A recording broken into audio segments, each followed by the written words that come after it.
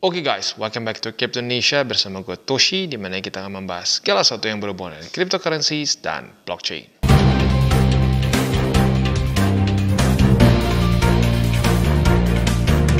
Dan waktunya kita update on-chain analysis. Sudah lumayan lama ya dari terakhir kita update. Kayaknya udah sebulan lah ya. Nah hari ini kita akan update ya setelah BTC kemarin beberapa hari lalu new all time high ya. Dan juga ada permainan tarif lagi oleh Trump ya. Terakhir kali kan di sini nih permainan tarif ya. US China ya. US China bahkan beberapa negara lain begitu ya. Ada tarif, nggak jadi, ada lagi. Wah ya. Nah sekarang setelah new all time high ini nggak tahu apakah si Trump mau akumulasi dulu atau apa. Tiba-tiba dia mengumumkan kemarin Uni Eropa kena tarif kalau nggak salah 50% ya. Udah gitu berapa hari kemudian ditunda dulu sampai tanggal 9 Juli. Wah ya. Ya intinya dalam masa-masa penuh ketidakpastian kemarin kita akan coba intip apa saja yang dilakukan oleh para bandar ya. Nah, sebelum kita masuk seperti biasa, gue akan disclaimer dulu bahwa semua konten dari TCI bukanlah financial advice. Ini semua bentuknya adalah edukasi. Dan gue akan coba jelaskan dulu secara singkat apa itu on-chain analysis. Karena ini bukanlah segmen yang daily ya. Jadi ya gue jelaskan singkat dulu biar para newbies mungkin mengerti ya. Oke, jadi on-chain analysis ini adalah suatu analisa yang khas dan spesifik untuk dunia cryptocurrency. Ya, kenapa? Karena ini dia melihat data blockchain. Begitu, makanya namanya on-chain analysis. Kenapa ini menarik? Karena sifat dari blockchain itu yang immutable, tidak bisa diganggu-gugat. Ya, karena pada dasarnya sebenarnya blockchain itu just a ledger. Tetapi ya, ledger yang terdecentralized begitu dan divalidasi oleh kalau BTC miners, kalau misalkan ETH berarti ya validators gitu ya.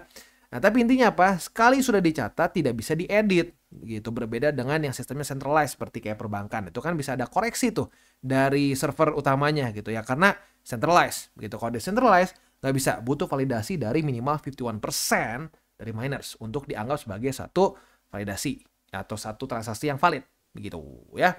Nah, maka dari itu kita bisa melihat pergerakan bandar begitu ya. Kita bisa melihat bandar melakukan inflow, outflow ya dan banyak lagi. Nah, ya.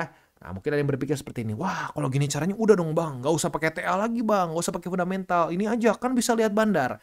Nah, justru menurut gua ini akan menjadi experience yang eye opening gitu bahwa para bandar ternyata bukanlah satu makhluk mistis yang selalu benar. Bandar seringkali juga salah begitu. Justru on-chain ini membukakan mata kita bahwa mereka tidak selalu tepat begitu ya. Bukan makhluk yang selalu profit juga ya. Jadi bahkan kalau gue mau ngomong TA itu nomor 1, fundamental nomor 2 dan on-chain itu baru nomor 3. Begitu. Jadi on-chain ini lebih ke suplemen untuk menambah lagi data yang kita punya agar analisa kita lebih tajam lagi. Begitu. Jadi sekali lagi ini bukan pengganti TA maupun fundamental. Bahkan secara strata gitu ya, ini lebih di bawah daripada fundamental dan TA begitu ya, tapi berguna juga untuk kita lihat nuance dari market gitu ya.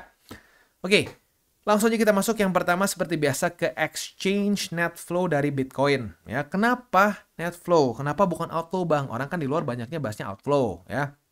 Karena inflow itu adalah net flow itu adalah inflow kurangi outflow. Jadi ini sudah selisih begitu. Kalau lu cuma bahas outflow doang, itu setengah data namanya. Lu kebayang nggak kalau lu bahas suatu hal tapi cuma setengah data? Nggak komplit kan? Hasilnya bisa jadi rancu kan? Nah, ya itu dia ya. Kenapa kita pakai net flow ya. Nah, ini cara pakainya gimana? Simple ya. Jadi outflow ini menunjukkan possible buying. Possible buying. Kenapa possible, Bang? Ya gini, logikanya gua tanya ke lu. Kalau misalkan nih ya, lu bandar nih misalkan. Lu bandar. Saat lu beli BTC dan lu keluarin dari exchanger, kira-kira sama lu mau di hold jangka panjang atau jangka pendek? Nah, kemungkinan besar untuk apa? Jangka panjang kan? Ya karena ini keluar dari exchanger-exchanger besar. Dari Bybit, Binance, Bitstamp, ya banyak kali sini. Lu bisa lihat sendiri ya. Ada KuCoin, Maxi, dan banyak lagi. Begitu ya. Nah, artinya apa? Artinya saat terjadi outflow besar ini, kemungkinan besar dimasukkan ke cold wallet.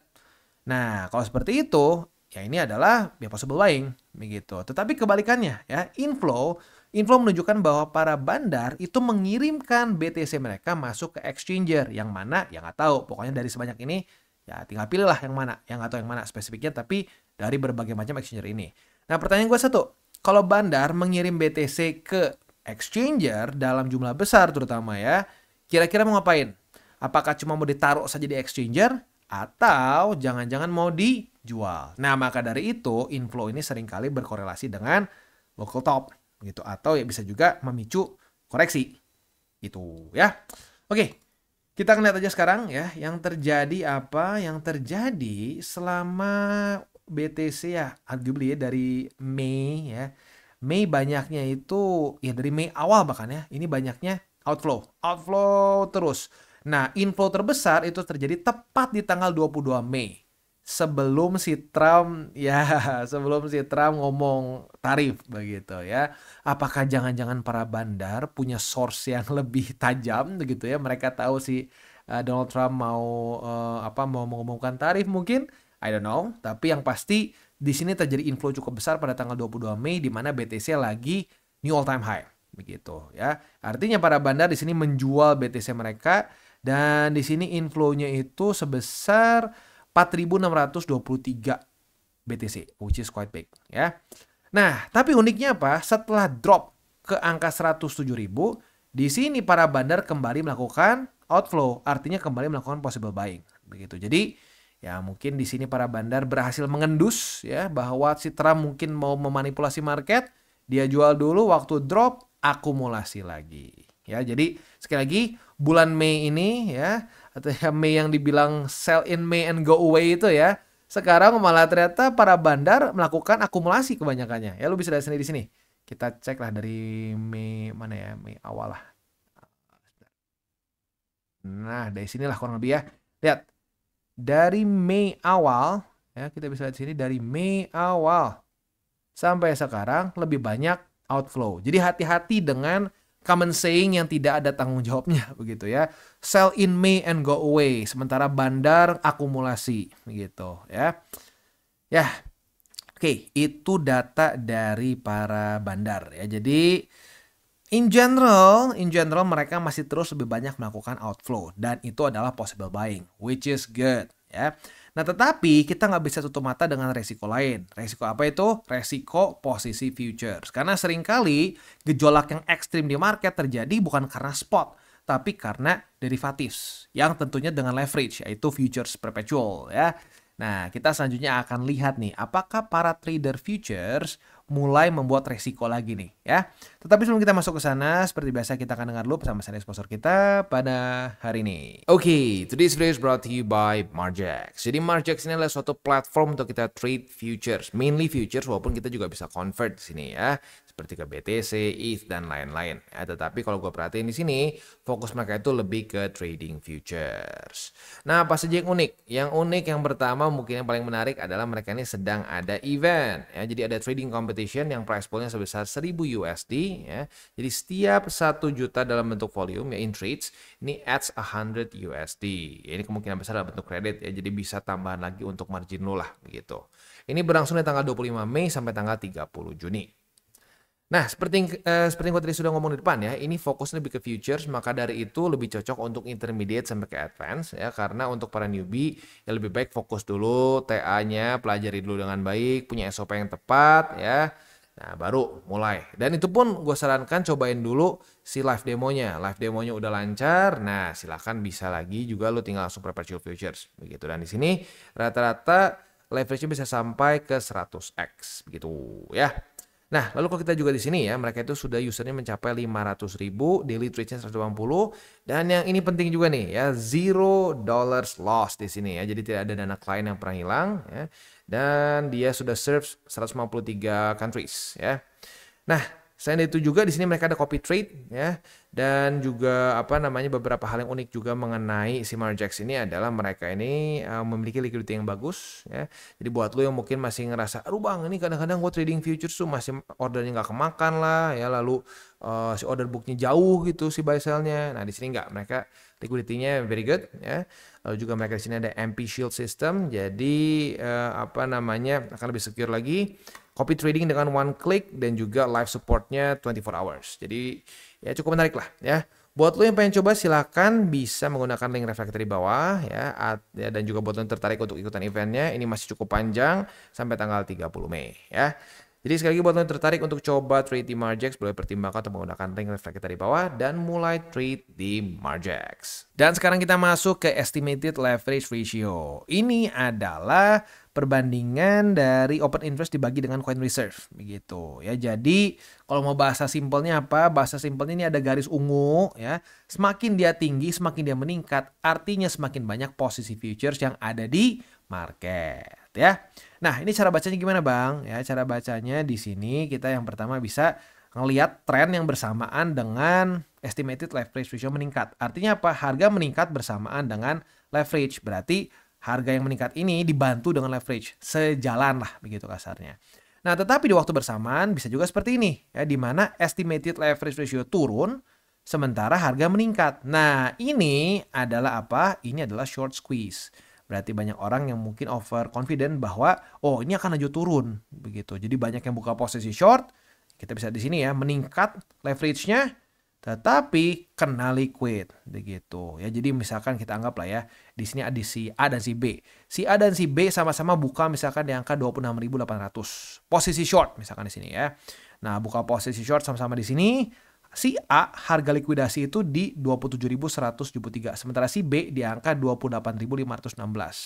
Nah, market berjalan nih. Waktu berjalan ke sini, si A kena liquid. Kenapa kena liquid? Ya karena kena ini ya, karena harga naik ke atas. Nah, saat kena liquid di sini, posisi dia akan otomatis bangkrut, ketutup. Nah, saat posisi dia ketutup, selling pressure-nya berkurang kan? Selling pressure berkurang, yang terjadi apa? Market naik lagi harganya. Nah, si B yang tadinya aman jadi kena liquid juga. Nah, ini efek domino yang sering kali kita sebut sebagai short squeeze begitu ya.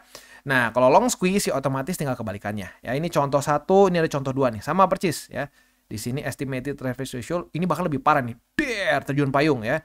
Bersama dengan harga meningkat. Artinya kembali ada banyak orang yang overconfident dengan posisi shortnya di sini.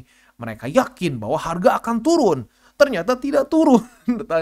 Naik lagi ke atas mereka kehajar begitu ya. Short squeeze. Kalau long squeeze percis cuman tinggal dibalik saja begitu ya.